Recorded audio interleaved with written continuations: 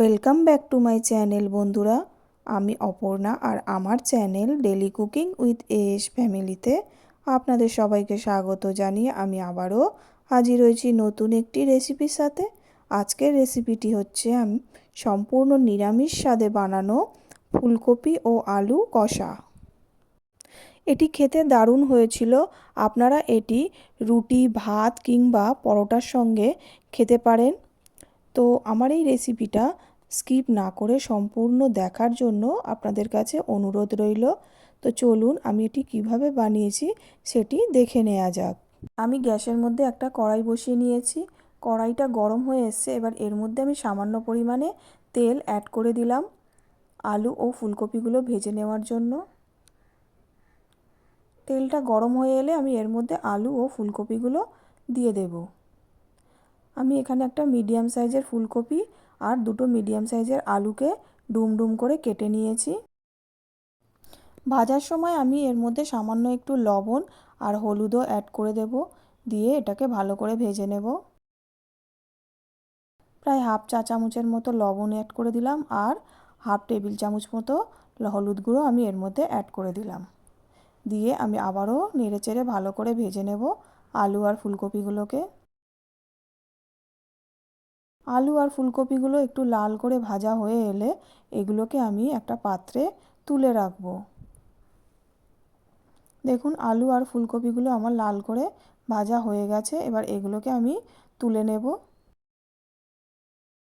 এগুলো তুলে নিয়ে এবার আমি এই একই কড়ায় সামান্য একটু তেল দিয়ে দেব। তেলটা গরম হয়ে এলে আমি এর মধ্যে দুটো তেজপাতা, হাফ চা চামচ পরিমাণে গোটা জিরে দিয়ে দেব। এগুলোকে সামান্য নেড়েচেড়ে আমি একটু ভেজে নেব।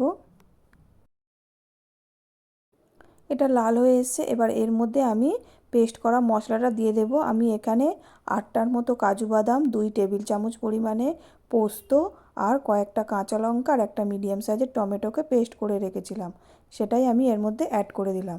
দিয়ে এবার এটাকে আমি কিছুক্ষণ নেড়েচেড়ে ভেজে নেব।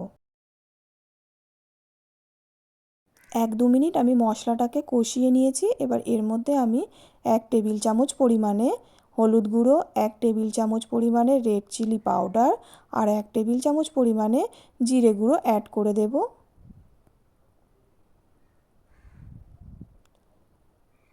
এবার এর মধ্যে আমি সামান্য একটু জল অ্যাড করে দেব, যাতে গুঁড়ো মশলাগুলো পুড়ে না যায় আর মশলাটা ভালো করে কষানো যায়।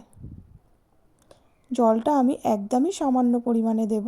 আমি 2-3 মিনিটের মতো মশলাটাকে কষিয়ে নেব, যাতে এর কাঁচা গন্ধটা কেটে যায়। দিয়ে আবারও ভালো করে নেড়েচেড়ে আমি এটাকে কষিয়ে নিয়েছি।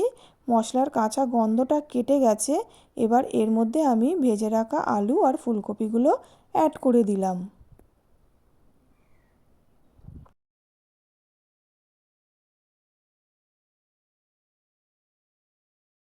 এবার আমি 4 থেকে 5 মিনিটের মতো সমস্ত কিছুকে ভালো করে কষিয়ে নেব।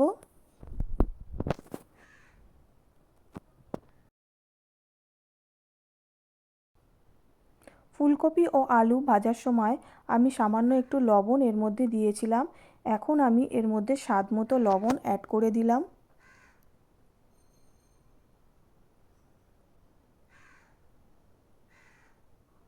দিয়ে আবারও একটু ভালো করে নেড়েচেড়ে নিলাম।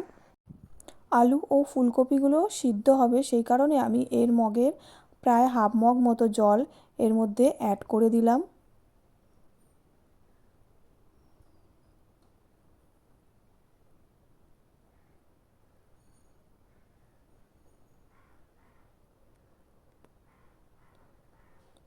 সামান্য একটু চিনিও আমি এর মধ্যে দিয়ে দিলাম স্বাদটা ব্যালেন্স করার জন্য।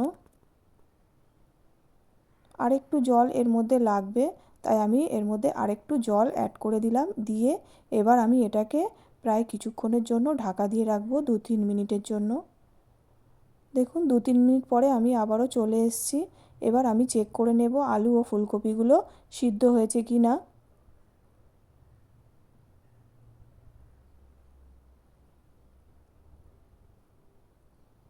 দেখুন আলু ও ফুলকপি এখনও পর্যন্ত সিদ্ধ হয়নি, তাই আমি এটাকে আবারও কিছুক্ষণের জন্য ঢাকা দিয়ে রেখে দেব সিদ্ধ হওয়ার জন্য। আরও 2-3 মিনিট মতো আমি এটাকে ঢাকা দিয়ে রেখেছিলাম সিদ্ধ হওয়ার জন্য। 2-3 মিনিট পরে চলে এসেছি। দেখুন জলটাও অনেকটা কমে গেছে আর আলু ফুলকপিও সিদ্ধ হয়ে গেছে। রেসিপিটি যদি ভালো লেগে থাকে তো আমার চ্যানেলটিকে লাইক, শেয়ার ও কমেন্টের পাশাপাশি চ্যানেলটিকে সাবস্ক্রাইব করে পাশে থাকার জন্য অনুরোধ রইল। আর সম্পূর্ণ ভিডিওটি দেখার জন্য আপনাদের সবাইকে অসংখ্য ধন্যবাদ।